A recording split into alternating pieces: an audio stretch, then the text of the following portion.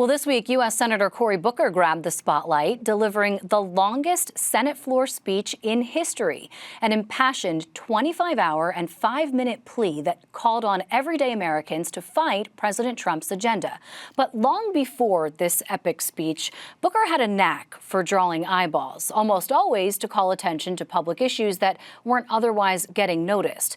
Detractors called them political stunts. For those who've been covering the senator since before he was a national name with millions of social media followers, the marathon filibuster was quintessential Booker. For more on that, I'm joined by our senior political correspondent, David Cruz, who has been covering Booker for we won't say how many years. But there's been a lot of talk about this, that he's not shy of the limelight.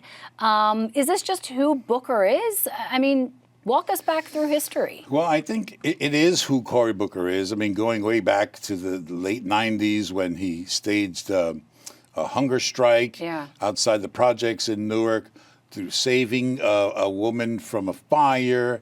There's been that kind of attention-seeking events or I don't know what you would call them, really, stunts.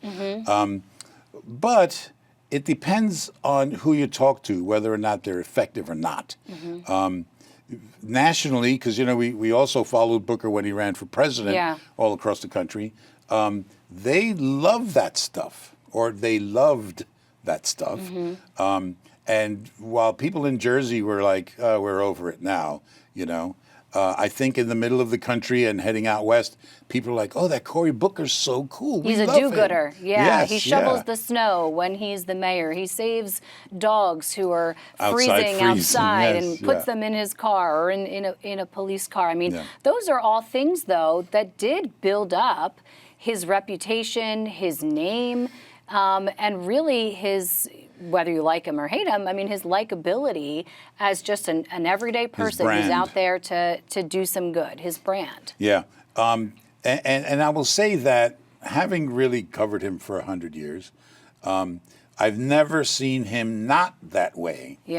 Even in unguarded moments. I mean, there are times when we've been in Des Moines, Iowa, in a steaming hot basement of a church, where anybody would just be impatient, you know, and he was away with his staff in a corner and something had gone wrong or whatever, where most politicians would be like, he was just really kind of cool about it. And if ever there was an opportunity for him to be something other than what he was projecting, it was in that circumstance. And I will say, I've never seen him not that way. And so you have to assume that that's the genuine Cory Booker. I mean, were there moments that stuck out to you? I'm thinking about, too, back when he did that Snap challenge and posted it on social media. You know, he got a little backlash for it because people said, like, this is how I live my life every day, and you're out here getting more followers by doing this challenge. But his goal was to show people how difficult it was to live on $4 or whatever it was a day that you had as part of the food stamp program.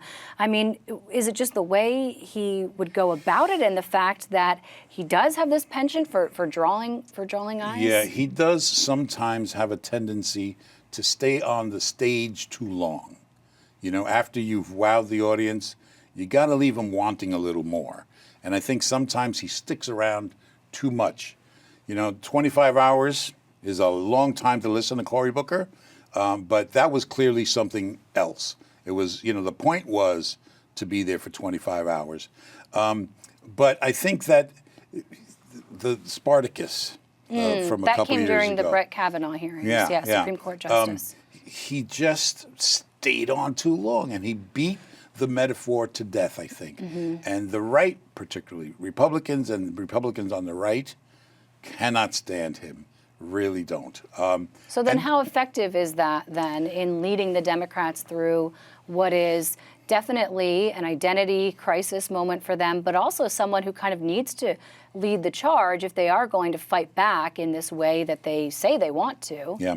Even in when there's no voice out there, even a whisper has a positive effect. And I think Democrats have been incredibly quiet, and within the party there's this sense that can we get a champion, please?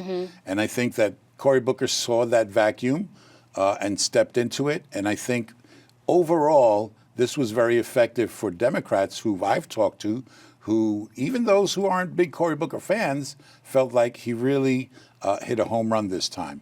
What the follow-up is to that is a great question. People were wondering if this was the launch of Cory Booker for president.